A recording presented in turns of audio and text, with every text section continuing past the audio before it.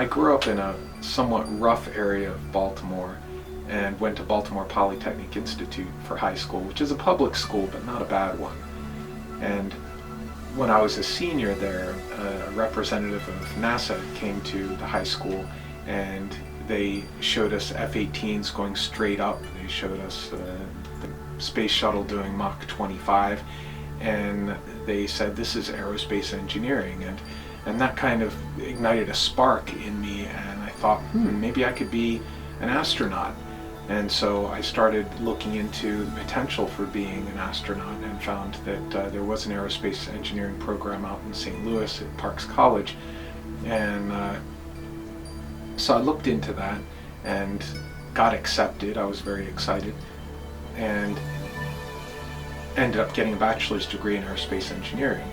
And luckily I got to flight test helicopters on US Navy ships and did some advanced aerodynamics research and low airspeed handling qualities of helicopters.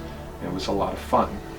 I then moved on and worked on a master's degree in robotics, as well as working with the Air Force in putting satellites up in space, and also worked with the Joint Strike Fighter program, which is the $760 billion program. It's the largest acquisition program in the history of the United States, and has over 2,000 aircraft that were going to be developed.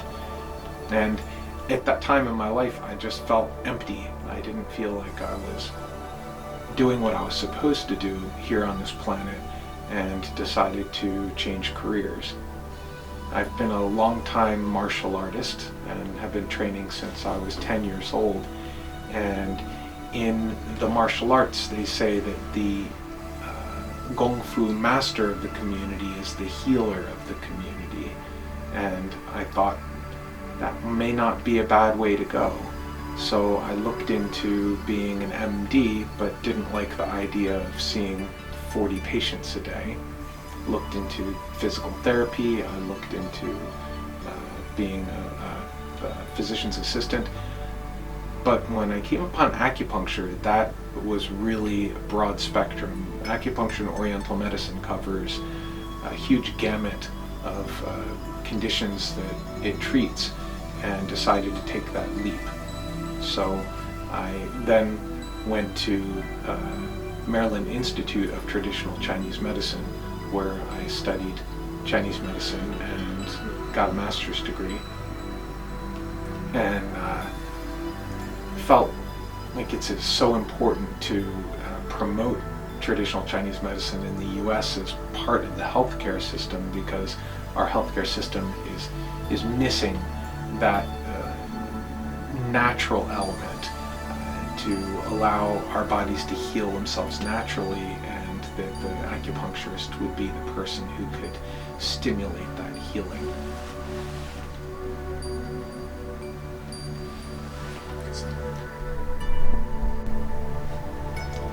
For those of you who've seen Tai Chi, you may know that it's also a martial art. And so people sometimes say it's meditation in motion, but it actually is quite a powerful martial art. But it also is great for balance and coordination. It helps with brain function, so it assists people who are recovering from strokes. It lubricates every joint in the body, and it's low impact. Another great aspect of it is that it massages your internal organs because of the twisting and untwisting of the movements that you're doing. Studies have shown that seniors that practice Tai Chi on a regular basis have less falls than those who do not, or even do something else like play tennis. Again, Tai Chi is quite effective in a lot of different...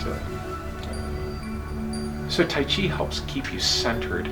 And when I am centered, I am present with the patient rather than thinking about going to the bank to do an errand or something. That I'm present with the patient with their complaint. So one of the great things about Tai Chi is that it helps move energy or Qi in our bodies. The term Tai Chi actually means supreme ultimate, so the Qi in that actually is ultimate. And then there's Tai Chi Chuan, And Chuan means fist, so supreme ultimate boxing.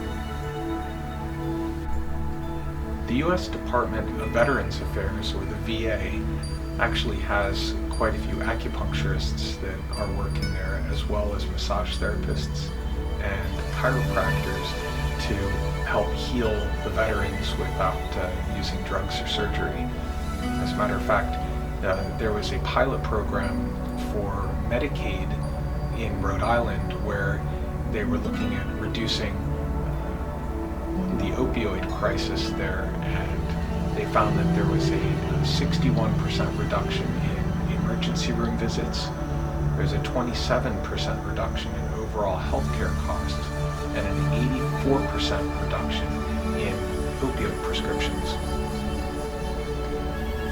Acupuncture is in the top 5 hospitals in the country based on the U.S. News and World Report. So that would include Johns Hopkins Hospital, the Cleveland Clinic, and others.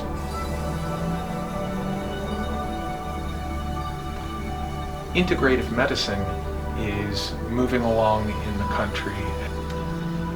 The VA is embracing integrative medicine, and of the 1,200 locations across the nation serving over 8 million veterans, 93% of the locations offer some kind of complementary and alternative medicine.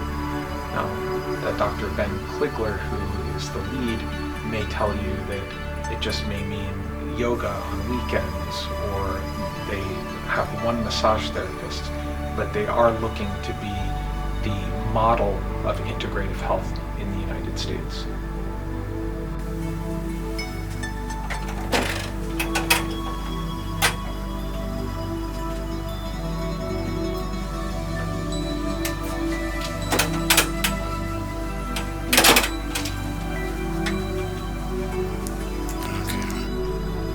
Herbal medicine, or Chinese pharmacology, has a long history of over 80 centuries, and today there's a number of different forms that it takes. You can have a pill form, you can have a decoction, which is a formula that's mixed and ready to drink, and you can also have it in more of a granular form that you can mix with hot water into something like a tea. This particular product is good for a common cold.